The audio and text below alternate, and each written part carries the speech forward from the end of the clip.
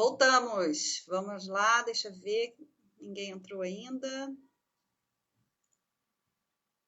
Revelou. Oi. Adriana. Estou aguardando o Emílio.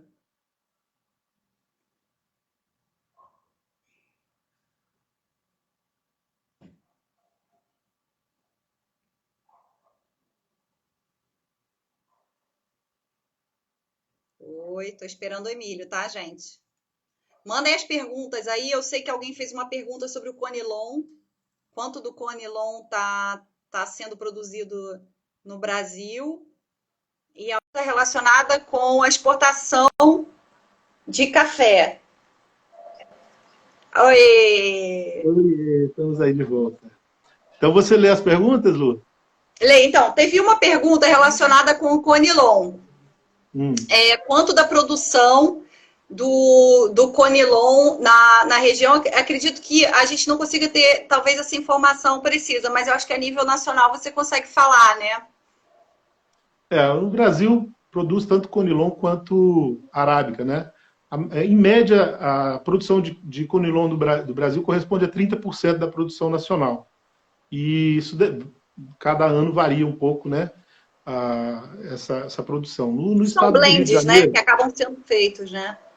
o Conilon é uma espécie de café, né? São duas grandes espécies que são comercialmente as mais utilizadas, que é o Conilon e o Arábica. Então, o Brasil ele tem essas duas produções em grande escala, o maior produtor do mundo, né? Então, a gente tem 70% da produção brasileira é arábica e 30% em média Conilon, sendo que no Brasil os estados que mais produzem Conilon são o Espírito Santo e Rondônia. E a gente tem também alguma produção aí no norte do estado do Rio de Janeiro, lá na Varriçai, por ali tem alguma produção de Conilon, no norte do estado e também no estado de Minas, mais para o norte do estado de Minas Gerais.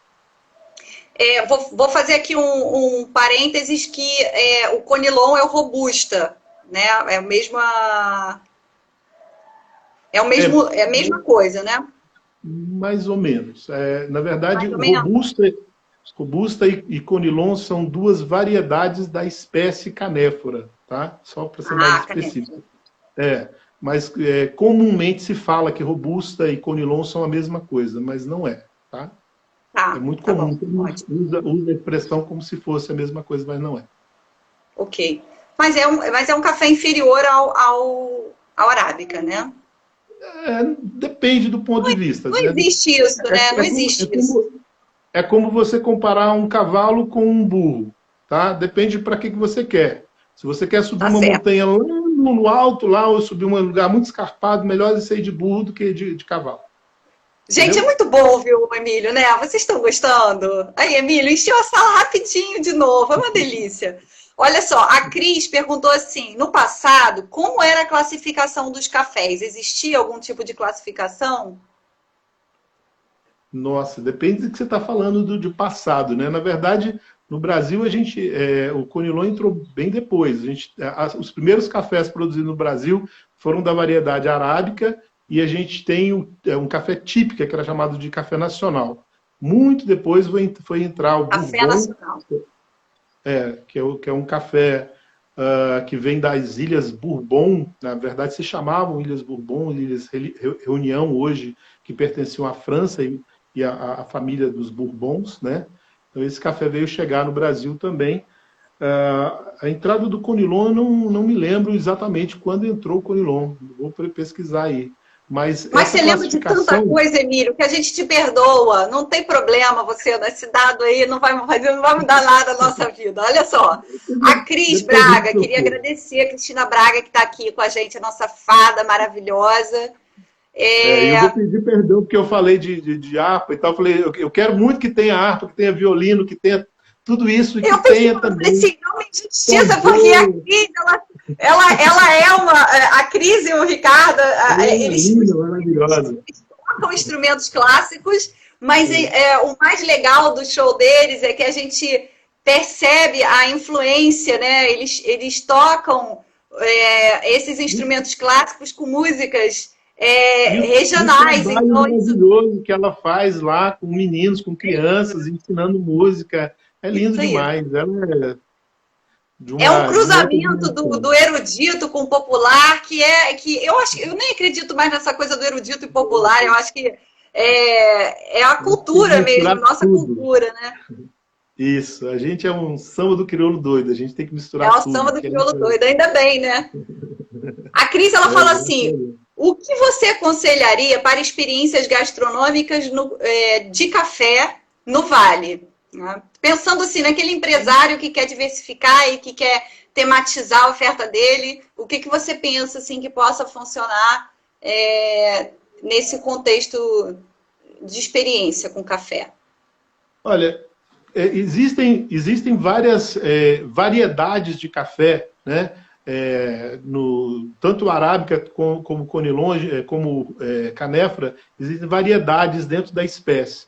Então, uma coisa que eu acharia interessante seria assim, que como temos 200 fazendas, que cada fazenda se especializasse numa variedade, por exemplo, né? Ou buscasse lá um bourbon amarelo, ou um catuai vermelho, ou quiçá um geisha, ou uma variedade exótica lá e produzisse, cada fazenda tivesse a sua, a Isso sua seria matinha. incrível, né? Isso. E aí que você, nesse circuito gastronômico, ou nesse festival de café que você pudesse organizar aí no Vale do Paraíba, você pudesse visitar fazendas e essas fazendas tivessem essa experiência. Olha, nós produzimos aqui tal café de tal variedade, na fazenda Paraíso você vai tomar café tal, na fazenda União você vai tomar o café tal. E aí a gente poderia fazer até um grande mercado de café onde você pudesse comprar cafés de fazendas diferentes e levar isso como Legal. atrativo até para fora do Brasil. Já pensou? Você Porra, oferecer. vamos É, escrever esse projeto e vamos acho atrás de lindo. investidor. Acho lindo. Esse é um projeto para a gente escrever em várias mãos. Olha, a Cris, falando em mãos, eu vou complementar aqui com uma escrita da Cristina, porque depois a gente grava e perde o que foi escrito. A Cristina colocou assim: a abolição veio através das mãos de uma arpista. Princesa Ah, é? Isabel tocava Princesa harpa. Isabel era um artista?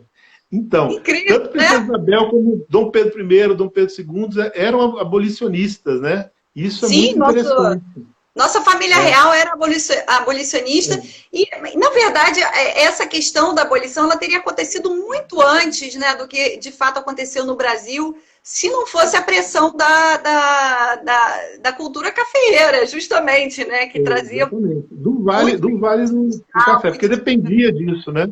Mas essas mudanças, né? Essas mudanças de paradigma, elas só acontecem quando algo muito forte, que desestrutura todas as, né? Essa mudança só vai acontecer com o tempo, né? E é difícil você largar certos paradigmas e mudar isso. Eu acredito que a gente está num momento para isso, porque a gente está num momento de mudança de paradigmas. E é preciso a gente pensar, e pensar de uma maneira muito. E a história nos ajuda a ter essas escolhas mais acertadas, né? é. De o que fazer a, daqui para frente, porque nós a não forma podemos como voltar a ser os mesmos. a gente está sendo desafiado a valorizar, né, essa questão da sustentabilidade que você trouxe, né, que precisa fazer parte do nosso dia a dia, do nosso cotidiano, de uma forma muito natural. E eu estava conversando um pouquinho antes aí com o Jean sobre a questão, por exemplo, de você deixar de produzir a quantidade, por exemplo, de animais que a gente produz para alimentar, porque já chegamos. É uma quebra de paradigma, porque talvez a gente precise se alimentar mais justamente de coisas que vão fazer bem para a nossa saúde, não vão fazer tão mal para a nossa saúde, e que ao mesmo tempo vão ser sustentáveis para o planeta, né? E Sim, olha só sim. que retroalimentação, como é que a gente consegue dar para a natureza também coisas boas, né? Que é aproveitar o que ela está oferecendo, sem tentar manipular, alterar. E Com certeza, com a certeza. nossa. O tipo de agricultura que a gente pratica, que é uma agricultura que ainda devasta, né, como aconteceu na época lá, Agride a gente muito, né? continua fazendo o mesmo tipo de agricultura, devastando tudo, né? Então a gente precisa É. conciliar, buscar outras formas de entendimento de como fazer as coisas, né? A gente tem que mudar de sistema. O sistema que a gente está, ele não é sustentável. Não é. E a gente está aprendendo as duras penas, né, Pois Emílio? é. Acho que essa situação toda veio por isso. A Juliana Maia está aí presente, ó, que É isso beleza. que eu ia Juliana falar. Maia. Nossa, tem duas pessoas aqui, eu vou falar de outras também que apareceram. Daniel do Levelô, tá aqui, Levelô Montani, que é um restaurante muito bacana também em Miguel Pereira. A nossa chefe, Adriana Souza, que é a chefe de cozinha do Empório Sacra Família, que é um restaurante maravilhoso, e ela falou aqui, temos risoto de café. Ela faz um Opa! risoto de café, que é o máximo. Quero E a provar isso, hein? Ju Maia, que está aqui do nosso Teatro Sonora, em Conservatória, mas está no Vale do Café, não está dentro da nossa região core, Juliana. mas a Ju Maia, que está aqui, nossa parceiraça. Minha Fazenda amiga, Aliança, que amo. tem... Você conhece a Fazenda Aliança, Emílio? Não, acho que não. Não conheço a Fazenda Tem Aliança. que conhecer. Eles têm lá uma produção, é uma agroplantação maravilhosa. Eles têm uma produção toda orgânica, que é um luxo, assim, maravilhoso. Muito bem. E tô vendo aqui, papo lindo, ó, a Ju tá falando Estamos aqui. falando aqui. É isso, gente. Queria perguntar para vocês se vocês têm mais pergunta para Emília. Emília, eu ficaria aqui até amanhã com você falando. Meu Deus do céu, obrigado, viu? Eu estou aqui super feliz. O Jean está me falando aqui que tem cafeterias do Rio de Janeiro servindo cafés do Rio. Né? E isso também tem que ser estimulado. Não só cafeterias do Rio servindo café do Rio, cafeterias do mundo inteiro servindo esse café que é cheio de história, cheio de... Né, que precisa ser resgatada e precisa ser valorizada, não só pelos cariocas, mas pelo Brasil e pelo mundo inteiro. A gente tem uma história muito linda que precisa ser contada, precisa ser resgatada Opa, Fazenda Aliança, muito obrigado. Ó, Fazenda Aliança está convidando aí para ir, viu, Lu? É isso aí, eu tô falando que tem o Wilson também. Nossa, tem tanta gente história, falando, muito legal. Você tem que conhecer esse pessoal todo, Emílio. Quando essa fase passar, né? A gente está fazendo a nossa parte aqui, que é te apresentando também para o Vale do Café, trazendo. Você dispensa a apresentação, mas assim, é bom que as pessoas lá no Vale do Café tenham uma ideia de que existem formas sustentáveis de se produzir café e de se pensar no café como um produto que não tem a ver só com a produção cafeira, mas você pode fazer artesanato com partes, né, que são descartadas imagino, da planta, que a gente consiga fazer um monte de coisas a partir daí, né? Isso.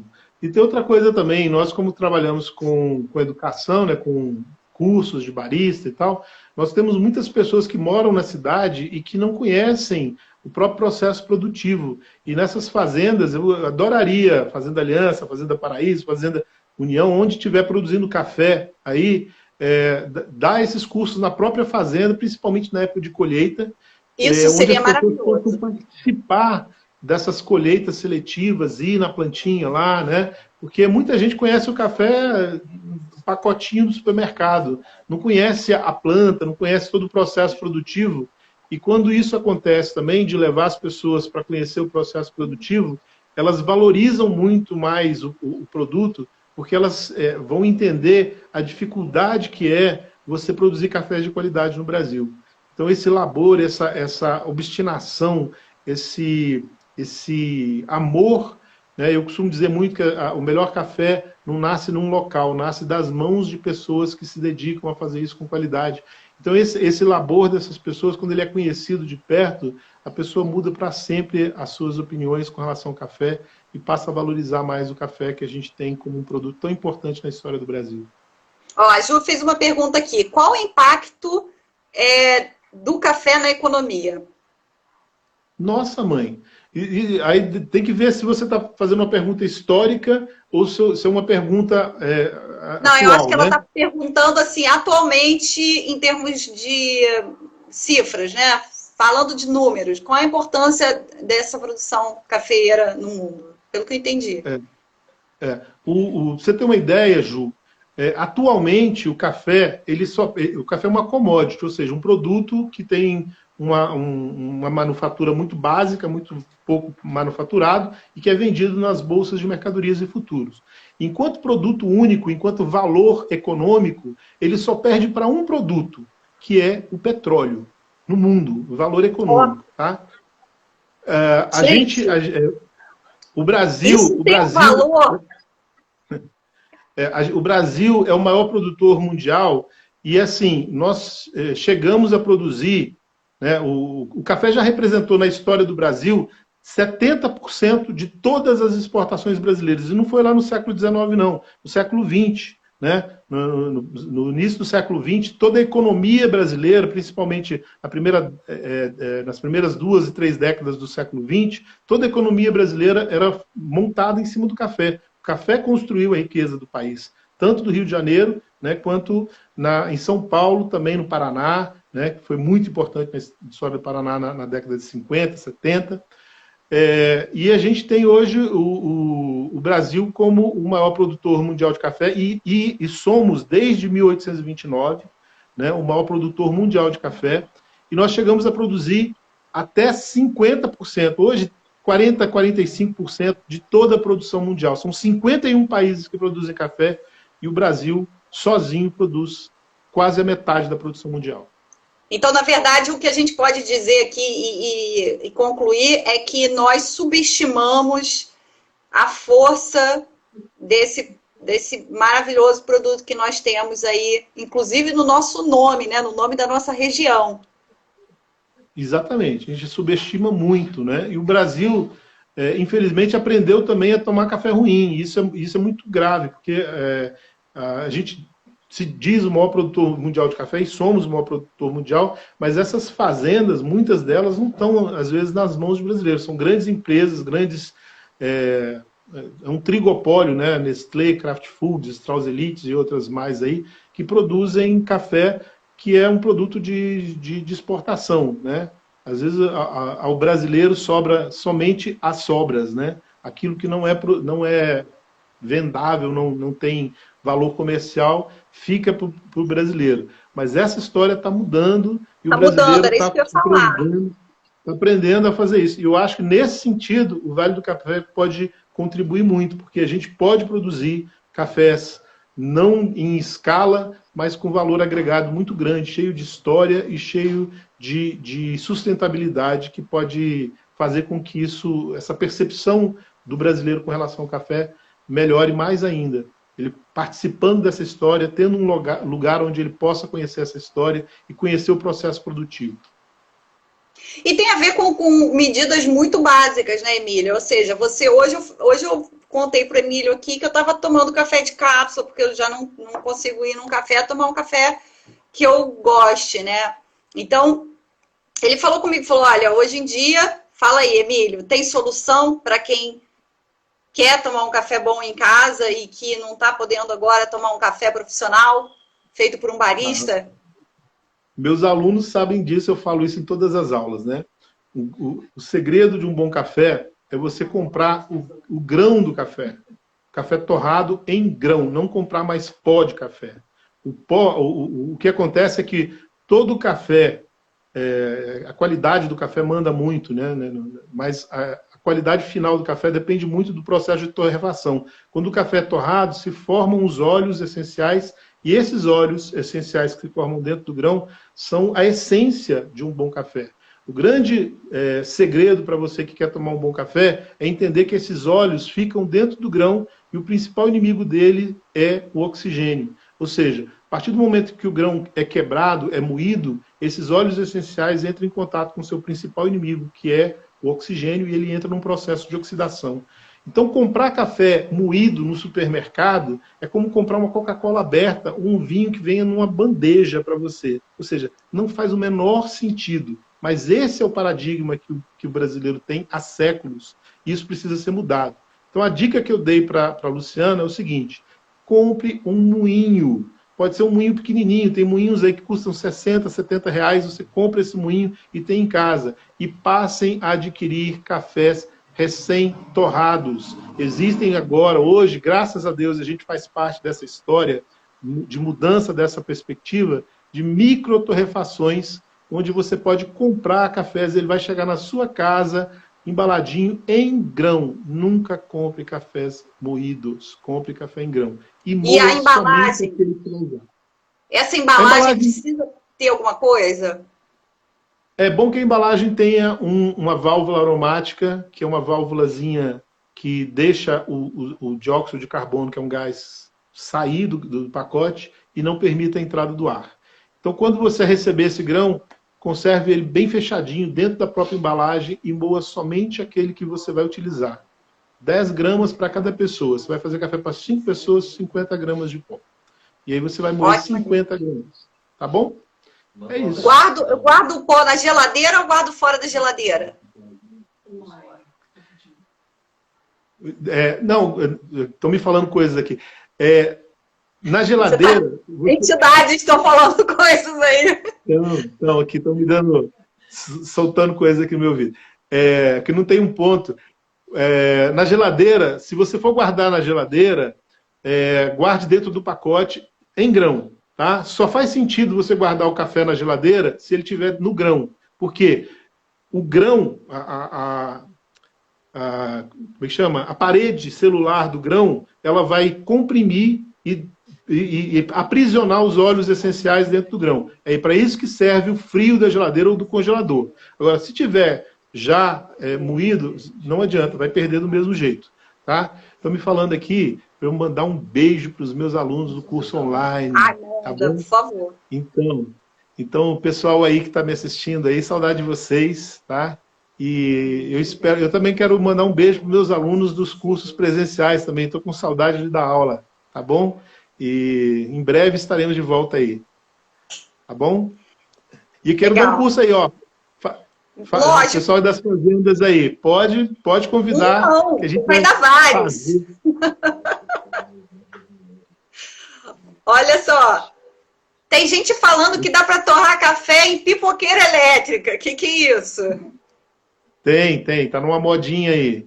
Ó, vou passar o contato de quem tem essas informações mais detalhadas aí. O Foster e o Kentucky. Como é que é o nome dele? Pedro Foster. Tá? Procura nas redes sociais. Ele é o cara da pipoqueira do café. Tá bom? É interessante. Deve ficar um cheiro maravilhoso na casa. Dá para torrar café até na frigideira. Isso aí, no Ceará, me mostraram uma coisa muito interessante, que era, torrava um café num tacho de barro. E aí, quando o tacho quebrava, às vezes por causa do calor, as pessoas, os mais pobres, levavam pedaços do tacho para casa. Então, era o café do talho do tacho, entendeu? Legal. Uma outra pergunta. Emílio, não para de te mandar pergunta. Olha, a Karina fala assim, gostei da história do Vale do Café e a evolução histórica do café no Rio. Me indicam bons livros nesses 2 pontos para eu estudar? Sim, tem um livro muito interessante, muito gostoso, fácil de ler, que é um livro do Paulo Lamego, chama O Café... Está até aqui por perto, deixa eu ver aqui. Está ali para mim, Jean? Acho que está ali. Aqui, ó, tá aqui. Chama O Brasil é o Vale. Aqui, ó. Brasil é o Vale, vou até anotar aqui. Ó, o Brasil é o Vale. Ele conta a história do Vale do Café e ele diz exatamente isso, né? Uma frase dele que ele diz assim, o Brasil é o Vale porque a importância do Vale do Café na época do Brasil ali, oitocentista, em 1800 e tanto, era o lugar de maior importância da economia brasileira, né? Concentrava, assim como hoje esse eixo, né, que liga São Paulo ao Rio de Janeiro, né, que é a Dutra, ali, o Vale do Paraíba, ele concentra 40% da economia nacional. E já naquela época, o Brasil era o Vale, no caso o Vale do Café, concentrava toda a riqueza. Outro livro interessante também que conta a história do café no Vale do Paraíba e conta a história do Lefebvre é um livro chamado A História do Café na Era da Independência. Eu não vou lembrar o nome do autor, mas eu sei que é da não sei que, Geografia, Instituto Nacional de Geografia, que é o editor desse livro. Tá? Esse conta uma história muito interessante. Então, o livro da Maria Luísa Martins também, que é A História do Aham. Café no Brasil, que é um livro interessante, mas ela praticamente pula, né? Porque ela é escrito por paulistas, os paulistas não falam muito da história do café no Rio de Janeiro, não. No Vale do Quem, Café, né? quem o livro mais, para quem tivesse mais interesse de se embranhar nessa história do café no Brasil e no mundo, aliás, assim chama o livro, A História do Café no Brasil e no Mundo, é um livro do Teixeira de Oliveira, é um escritor carioca que Teixeira já de morreu. Oliveira. Esse cara, ele é talvez um dos livros mais profundos, embora um livro bastante desorganizado na sua formatação, é o livro mais profundo que eu já encontrei sobre a história do café no Brasil e no mundo. E um livro histórico escrito em 1935, que é de Basílio de Magalhães, A História do Café na Cultura, no Folclore e na Economia, se eu não me engano. Tá? Esse livro é um livro antigo, foi escrito em 1935, né? Já na comemoração dos 200 anos da introdução do café no Brasil. E se prepare aí, viu, pessoal do Vale do Café, porque eu acho que a gente tem que fazer uma grande festa, porque daqui a pouco, daqui a 7 anos, né? 2027, vamos comemorar os 300 anos da introdução do café no Brasil. Temos que fazer um grande... Nossa, Né? precisamos, sem dúvida. Vamos começar a Olha, pensar nisso. Emílio, eu te proponho a gente fazer aí um projeto, realmente trazendo isso para os nossos associados e pensando aí a longo prazo. O projeto do Vale do Café Convention Visitors Bureau é um projeto há 20 anos, para você ter uma ideia como é que a gente já está pensando lá na frente. A gente só não imaginava que fosse encontrar uma pandemia no meio do caminho, né? Ninguém. Mas, assim, a gente está conseguindo, a gente está trabalhando, apesar, né, de tudo isso, eu acho que é um momento de planejamento, são oportunidades que a gente tem de fazer uma pausa e analisar para quais caminhos tomar, né, e tem sido, assim, muito profícuo esse momento de reflexão. Sem ele, por exemplo, a gente não teria essa conversa dessa forma, né, talvez tão rápido e tão espontâneo e trazendo outras pessoas, né, para o debate. Às vezes a gente faz muita reunião, a gente estava nessa espiral, né, de fazer muita reunião, e às vezes não ia a lugar nenhum, porque as reuniões eram boas, mas depois a gente era tomado por uma quantidade assim avassaladora de outras informações que acabavam atravessando, né?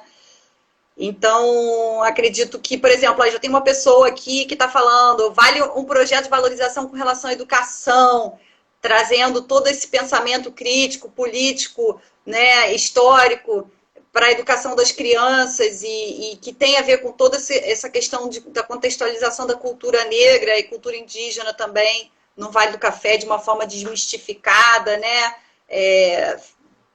tirando todo esse tabu, né, que a gente falou e trazendo a parte boa, né? Isso que você está ensinando para a gente hoje é isso, extrair o melhor do café, extrair o melhor da nossa história, né, e extrair o melhor de nós. Isso aí. Isso aí.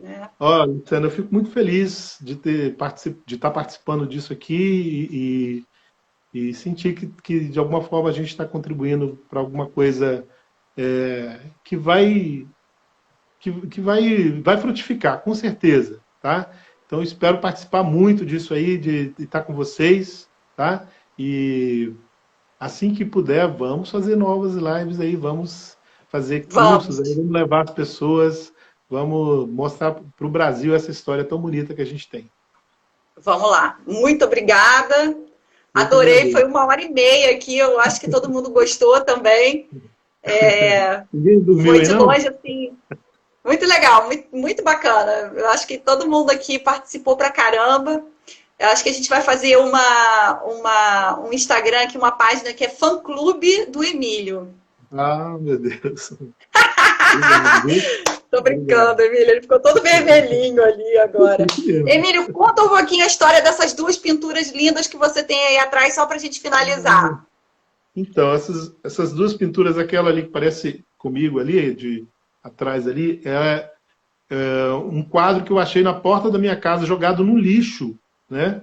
E a outra também é uma pintura, as duas pinturas foram da mesma pessoa, né? Assinadas pela mesma pessoa, não vou lembrar o nome da pessoa agora. E elas retratam provavelmente uma escrava, uma pintura antiga, e o outro um imigrante, né? Que são as duas figuras importantes na história da cafeicultura no Brasil, né? A gente tem, não só na nossa formação econômica, na nossa formação cultural, mas na nossa formação étnica, ou seja, essas figuras que têm tudo a ver... Opa, quase que eu derrubei vocês aqui. Tem tudo a ver com a história do café, que é o Nê, a história do café. Depois, quando pula para São Paulo, vai ter uma influência muito grande da imigração de poloneses, japoneses, italianos, né, que vão fazer parte do que a gente é também enquanto indivíduos, né? A nossa cor, a nossa pele, vem tudo dessa história e tem muito a ver com o café. Mais mistura, mais miscigenação, mais cores, mais sabores? Com certeza, esses somos nós. O samba Isso do aí. doido. Emílio, um beijo enorme, obrigada e até Beijo, breve. Um beijo para vocês. Olha, na quinta-feira a gente vai ter uma live aqui com o professor Luciano Santos, da Unirio. A gente vai falar sobre as relações aí institucionais, essas mudanças, enfim. Vai ser um pouquinho diferente dessa live aqui, mas também sempre trazendo um conteúdo que possa ser agregado aí no dia a dia profissional dos nossos associados e da nossa região. Que horas? Estejam lá. Beijo. Obrigada. Quinta-feira. Um beijo pro Jean. Beijo. Beijo. Beijo, beijo.